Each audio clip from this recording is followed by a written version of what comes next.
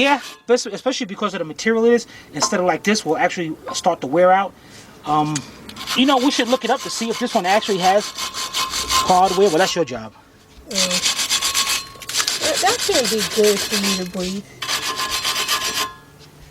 Isn't that like asbestos? No.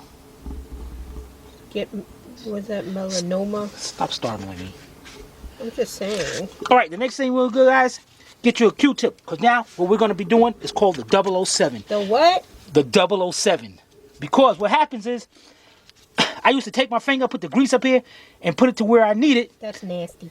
And then I just constantly use gloves. So Manic Mechanic 007 said, Tim, why are you doing that? Tim, stop being nasty. Use some Q-tips. He said, yeah, go get you a box of Q-tips